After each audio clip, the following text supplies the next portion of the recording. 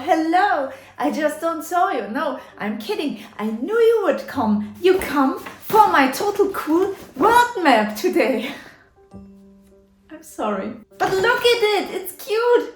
In today's video, I will show you how you can make one of these your own. And no matter if you are a dungeon master, a writer, or simply loving to tell stories, stick around. Maybe you would have fun with this video. Hi, I am Mina. I am a writer and a dungeon master, a minstrel, and of course I love storytelling. I will draw a world map in today's video. It will be the map for my homebrewed D&D campaign. Since my players left the main capital city, I found it a good opportunity to draw a whole continental map, because so my players have something in hand and they can physically touch it and look at it and decide where to go next. And now you're leaving the city. And how do we know where we can go? I have this for you. Sheet of old paper? No! It's not old paper. It's a world map. On old paper. On old paper. That was my first draft of the world, because I needed something in mind when I started the homebrewed campaign. It was good for me to have something for reference. Here I made a bigger sketch of the map, but I recognized that I have a lot of empty spaces here and there. But how to actually make a map of a whole continent? Well, first let's look at some inspiration material. Here I show you a very old map I made centuries ago for a story I wrote back then. I find the map still very cool, but it has a few mistakes. One of those is one that a lot of self-made maps tend to have every time. With very few exceptions, rivers do not divide and flow into the sea. They flow together and come from mountains. You can see that I totally did not knew back then. Here, everywhere! Of course, it totally isn't necessary to be super realistic and accurate with fantasy maps. If you like, so your rivers can go crazy and wild all over the country, but I wanted to mention it. As an inspiration, I looked at my own old map, also at the Witcher 3 map and the Lord of the Rings map, because I liked the colors and aesthetics of these. For this project, you will need some paper and also some pencils, brushes, ink. If you use colors, then also these. And of course, our good old friend, a super large brush.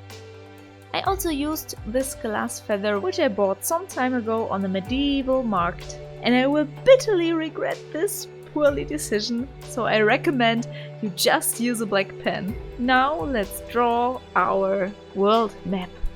Stay tuned until the end of this video if you like to see a little tutorial for map symbols. First, I mix some brown ink with a lot of water together and use the very oversized brush to weather the paper. I used thicker paper than the last time, and I was really surprised that the poor quality paper from the last time worked actually better. I did the same with the back side, and then I used the hairdryer to make it dry really quickly and a little crumbly. Here I tried to understand how far away everything is from each other.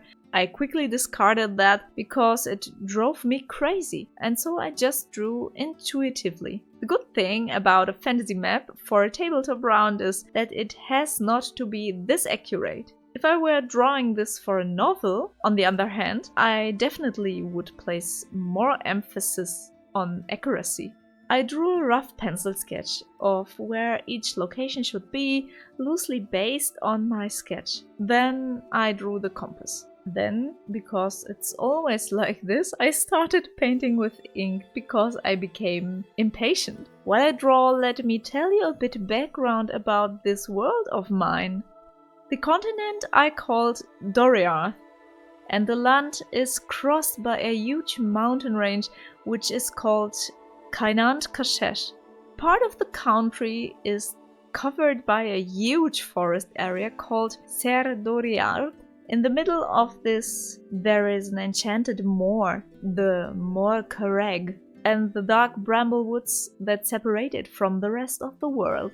Some would say that in this place the darkness gathers new strength and tries to rise up. In the large forest there is also the capital city Talun that I have already drawn a map of and made a video on this channel. That was the base for the map. But then more and more locations were added. The Amber Islands down there are an invention of one of my players because it is his hometown. And Blue Haven up there is the hometown of a noble NPC that plays a more and more important role in this campaign.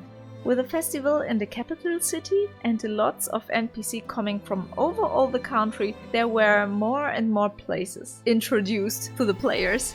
From there I built up and filled all the gaps. I included places that just sounds cool, but I have nothing special in mind yet. I also added another continent that is just a little bit visible in the right side of the image. I did this because it makes the world feel fuller and more vivid. And when the players want to visit these areas, I am sure I can still think of something. As I mentioned before, I totally regret this glass feather, as it was a pain to paint with this. But because I started already with this, there was no going back, and so I stick to it. And I cursed a lot. The names are Celtic inspired, by the way, and if you want to learn more about fantasy names and how you can create them, I have made a video about that too.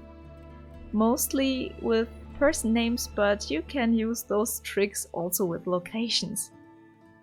As my areas and location came all together, I included a dragon because a fantasy world map is only complete with at least one mythical creature. In this case, I drew a tiny dragon because there is some important dragon lore in my world, so I found it very fitting.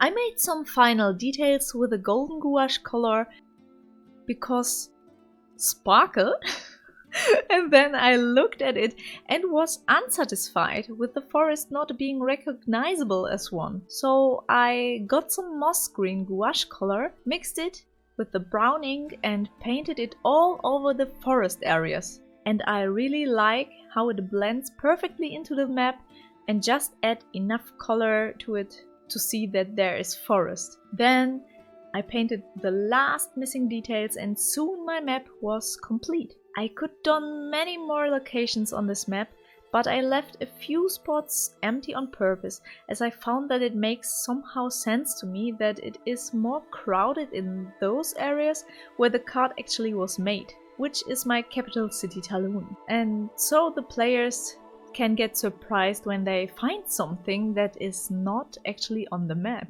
And then I thought, I can add more down here. It's empty, but yeah, oopsie. Yep, even worse. Well, if such things happen, you make it look intentional. And this is the complete world map.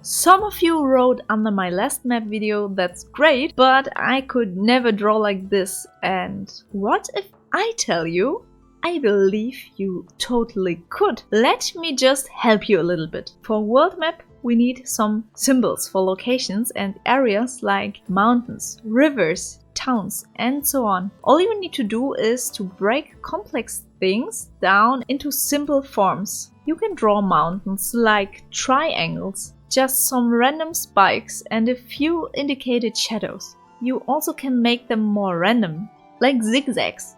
A place where a large amount of water is located, like seas or the ocean, you can show this with some waves. Waves actually are like tiny M's or mini mountains. Trees are mostly like circles for the treetops and lines as the trunks. For conifers, you can draw a zigzag with a tiny trunk. If you want it more defined, you can make little clouds with the line. For larger areas like a whole forest, I also recommend to make this area a slightly other color. For towns and cities, I draw a few houses. It can be really simple and easy, or you can be creative and wild and include castles or churches, ruins or towers. Then I drew a dragon for my map. Here I show you a more simpler form for a dragon, so that you can try to draw it with me. Think how you can break the complex form of a creature into simpler forms, like triangles and lines.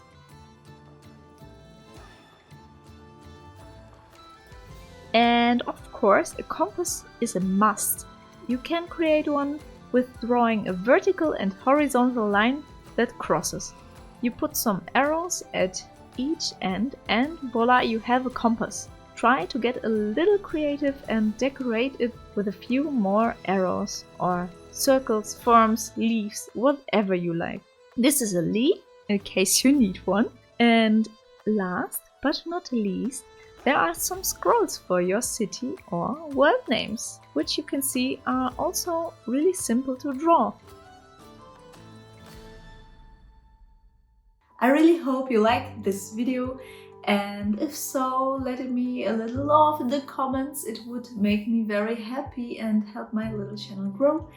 And yeah, we will see in next video. Bye everybody. I have this for you. A world map! Ah! You see only this, but you don't see